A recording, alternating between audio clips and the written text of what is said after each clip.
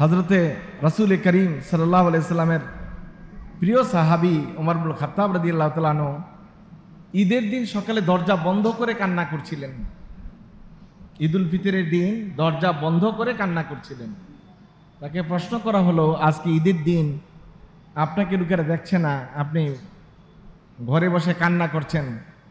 তিনি বলছিলেন যে আজকে তো ঈদ, ওদের জন্যই যারা এই বিষয়টা নিশ্চিত হতে পেরেছে যে তাদের রমাদানের রোজাগুলি আল্লাহ তাআলা কবুল করেছেন। রমাদানের রোজা শেষে নিশ্চিত হয়ে যাবেন না যে আপনার রোজা আল্লাহ তাআলা কবুল করেছেন, কারণ এটির কোনো সম্ভাবনাও যেমন আছে, আবার কবুল না হওয়ার সম্ভাবনাও সমানভাবে আছে। এই জন্য আল্লাহ তাআলার কাছে যে কাজটি করতে হবে, আল্লাহ তাআলার কাছে ক্ষমা চাইতে হবে, ইস্তেগফার করতে হবে, বারবার দোয়া করতে হবে আল্লাহ যেন আমাদের রমাদানের রোজাটা কবুল করেন। 2 নম্বর বিষয় হলো, ঠিক কিয়ামুল লাইল, রাতের বেলায় নামাজ পড়েছেন আপনারা, যদি হক ও হুকুক আদায় করে নামাজ পড়ে থাকেন আলহামদুলিল্লাহ, সওয়াবের আশা করা যায়। আর যদি এর মধ্যে কোনো ত্রুটি হয়ে থাকে তাও আল্লাহ তাআলার কাছে ক্ষমা চাওয়া উচিত। হযরতে রাসূল করিম সাল্লাল্লাহু আলাইহি সাল্লামের প্রিয় সাহাবী ওমর ইবনে খাত্তাব রাদিয়াল্লাহু তাআলা আনহু ঈদের দিন সকালে দরজা বন্ধ করে কান্না করছিলেন। ঈদুল ফিতরের দিন দরজা বন্ধ করে কান্না করছিলেন। তাকে প্রশ্ন করা হলো, আজকে ঈদের দিন আপনাকে লোকেরা দেখছে না, আপনি ঘরে বসে কান্না করছেন। তিনি বলছিলেন যে আজকে তো ঈদ, ওদের জন্যই যারা এই বিষয়টা নিশ্চিত হতে পেরেছে যে তাদের রমাদানের রোজাগুলি আল্লাহ তাআলা কবুল করেছেন। আমি ওমর জানি না আমার রমাদানের রোজাগুলো আল্লাহ তাআলা কবুল করেছেন কিনা, এই জন্য আমি চিন্তায় আছি, ভাবনায় আছি। রাসূলুল্লাহ সাল্লাল্লাহু আলাইহি ওয়াসাল্লাম এই ইস্তেগফারের পাশাপাশি এনজেবার মানে ক্ষতিপূরণ, রমাদানের রোজার ক্ষতিপূরণের একটি ব্যবস্থা নবী করিম সাল্লাল্লাহু আলাইহি ওয়াসাল্লাম একটা প্রেসক্রিপশন দিয়েছেন।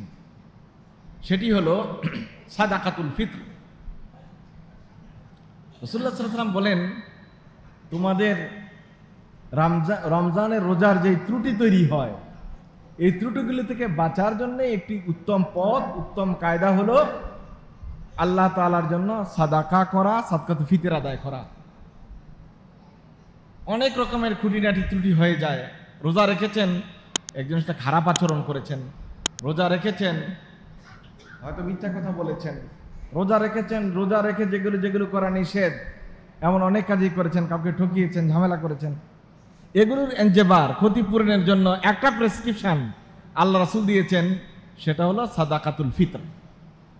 এবং আল্লাহ রাসূল বললেন, ওহিয়া তু'মাতুন লিল মাসাকিন, এটা তোমাদের মিসকিনদের খাবারের ব্যবস্থা আল্লাহ রাব্বুল আলামিন করেছেন।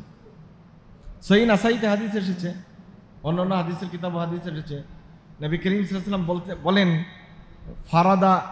ফারাদাল্লাহু সুবহানাহু ওয়া তাআলা সিয়াম রমাদান, আল্লাহ তাআলা রমাদানের রোজা রাখাকে ফরজ করেছেন। আর আমি নবী মুহাম্মদুর রাসূলুল্লাহ সাল্লাল্লাহু আলাইহি ওয়াসাল্লাম ফারাতা যাকাতুল ফিতর, যাকাতুল ফিতর বা সদকায়ে ফিতর আমি নবী ফরজ করেছি। সুতরাং যারা আজকে সাদাকাতুল ফিতর আদায় করে ঈদগাহে আসেন নাই, তারা কিন্তু সুন্নাহ পদ্ধতি বর্জন করলেন। সুন্নাহ হলো ঈদগাহে আসার আগেই সাদাকাতুল ফিতরটা আদায় করে দেওয়া, গরিব মিসকিন মানুষদেরকে দিয়ে দেওয়া। আর এটা ভাববেন না যে আজকে যেহেতু সদকায়ে ফিতর দেই নাই, সদকায়ে ফিতর দেই নাই, কোনো না কোনোভাবে বেঁচে গেছি, এটার অর্থ এই নয় যে আপনার উপর থেকে সদকায়ে ফিতর মাফ করে দেওয়া হয়েছে, সময় চলে গেছে এই জন্য সদকায়ে ফিতর আর দেওয়া লাগবে না। বিষয়টা এরকম নয়। সদকায়ে ফিতরের উজুব এটা থাকবে আপনার মৃত্যু পর্যন্ত, কিয়ামত পর্যন্ত, যতদিন না দেন এই ফরজ থেকে যাবে। তার মানে এই বছর দিলেন না, এর পরের বছর, পরের বছর দিলেন না, পরের বছর, মানে এটাকে আপনাকে ওয়াজিব আদায় করতেই হবে। এখান থেকে সময় দেওয়ার কারণে আপনি সদকায়ে ফিতর থেকে বেঁচে যাবেন এইরকম কোনো সূত্র নাই। কোন রকম টাইমটা পাস করে দিতে পারলে বোধহয় আর দেয়া লাগবে না। সুতরাং সদকায়ে ফিতর আদায়ের ব্যাপারে কোনো রকমের শৈথিল্য প্রদর্শন করার সুযোগ নাই। যদিও একটা সরকারি রেট দেওয়া আছে, 110 টাকা, 95 টাকা, এলাকা ভেদে বিভিন্ন কথা বলা আছে, কিন্তু সাদাকাতুল ফিতরের বিভিন্ন ক্রাইটেরিয়া দারাজাত আল্লাহ রাসূল সাল্লাল্লাহু আলাইহি ওয়াসাল্লাম বর্ণনা করেছেন। যেমন আপনি গম দিয়ে দিতে পারবেন, আটা দিয়ে দিতে পারবেন, খেজুর দিয়ে দিতে পারবেন, কিশমিশ দিয়ে দিতে পারবেন, পনির দিয়ে দিতে পারবেন। এইসব দেওয়ার ক্ষেত্রে আপনি কোনটার উপযোগী নিজে চিন্তা করে দেখুন। আপনি যদি গমের উপযোগী হন তাহলে গমেই দেন, আপনি আটার উপযোগী হন তা আটার দামেই দেন। আর যদি আল্লাহ তাআলা আপনাকে এমন সম্পদ দান করে থাকে যে আপনি সমাজের আর 10টা মানুষের চেয়ে ভালো আছেন, আপনার শহরে 4-5টা বাড়ি আছে, নিজস্ব গাড়ি আছে, আপনি সমাজের আর হাজার হাজার মানুষের চেয়ে একটি ভালো অবস্থানে আছেন, আপনার বিবেক কি বলে আপনার সাদকাতুল ফিতর কি 110 টাকা, নাকি আপনারটা পনিরের মাপে 2500 টাকা হওয়া উচিত? আপনার বিবেক কি বলে? আল্লাহ তাআলা আপনাকে যে স্টেজে নিয়ে গেছেন সেই স্টেজ, সে মর্যাদা অনুযায়ী আপনার সাদাকাতুল ফিতর আদায় করা উচিত। আর কোনো ভাই তো এমন আছেন গনে একবারে 10 টাকা ভাঙতি সহ দিবেন, দেন, এটা হারাম আমি বলছি না, কিন্তু একবার কি ভেবে দেখেছেন যে আল্লাহ তাআলা তো এর চেয়েও বেশি দেওয়ার আপনাকে তৌফিক দান করেছে, তাহলে আপনি কেন একেবারে গনে একবারে 10 টাকা 5 টাকা ভাঙতি করে দিবেন? কেন 110 টাকার মধ্যে 200 টাকা দিলে কি আপনি গরিব হয়ে যাবেন, মিসকিন হয়ে যাবেন? বরং এনজেবারানলি সাউম, আপনার রমাদানের রোজার যে ক্ষতি ত্রুটি এটাকে কাটিয়ে দেওয়ার জন্য যতটুকু বাড়িয়ে দিতে পারেন ততটুকুই ভালো। যাদের তৌফিক দিয়েছে আল্লাহ তাআলা তারা 2500 দিবেন, 3000 দিবেন, যেহেতু হিসাবে এটাই আসবে কিশমিশ এবং পনির দিয়ে যদি দেন। আর যাদেরকে আল্লাহ তাআলা সেই তৌফিক দেয় নাই তারা 110 টাকাই থেকে যাবেন। একটা মানুষ সাধারণ চাকরি করে কোনোরকম জীবন ধারণ করে 110 টাকাই দেওয়া তার জন্য কষ্টকর, সেটা তার জন্য, এটা আপনার জন্য নয়। বরং আপনার এই শুকরিয়া করা উচিত যে আল্লাহ তাবারক তাআলা আমাকে বেশি দেওয়ার তৌফিক দান করেছে। সুতরাং সাদকায়ে ফিতর কোনোভাবেই মাফ হয় না, এটা আপনি আজীবন যদি না দেন আজীবনই আপনার উপর ওয়াজিব থেকে যাবে। কাদের দিবেন? নিজের উপরে নির্ভরশীল ছেলে মেয়ে এদের দিবেন, বাড়িতে যারা কাজের লোক আপনার অধীনে কাজ করে চাকর বাকর এদের ও সাদকাতুল ফিতর দিবেন।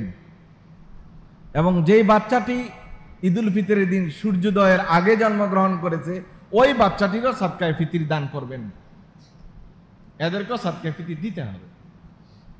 সুতরাং এটা থেকে মাপ পাওয়ার কোনো সুযোগ নাই, আল্লাহ তাআলা এইটার কোনো সুযোগ রাখেন নাই। নবী করিম সাল্লাল্লাহু আলাইহি ওয়াসাল্লাম নিজের পক্ষ থেকে শব্দটা উল্লেখ করেছেন ফারাদা রাসূলুল্লাহ সাল্লাল্লাহু আলাইহি ওয়াসাল্লাম, এখানে ওয়াজিব শব্দ ব্যবহার করে নাই। এজন্য ইমাম মালিক, ইমাম শাফি, ইমাম আহমদ বিন হাম্বল রাহিমাহুল্লাহ ওনারা বলতেছেন সাদকায়ে ফিতর আদায় করা ফরজ, যেহেতু রাসূল ফারাদা শব্দটি ব্যবহার করেছেন। শুধু হানাফি মাযহাবে ওয়াজিব বলা হয়েছে, আদায়ের ক্ষেত্রে সমানভাবে গুরুত্ব দেওয়া হয়েছে। সুতরাং আমরা এটা সচেষ্ট হব যেন আমাদের সাদকায়ে ফিতরটা ঠিকঠাক মতো আমরা আদায় করে ফেলতে পারি। আমাদের কিন্তু নির্ধারিত সময় হয়ে গেছে, 8টা বেজে গেছে, বরং 8টা 2 বাজে। আমাদের আর দেরি করার কোনো সুযোগ নাই।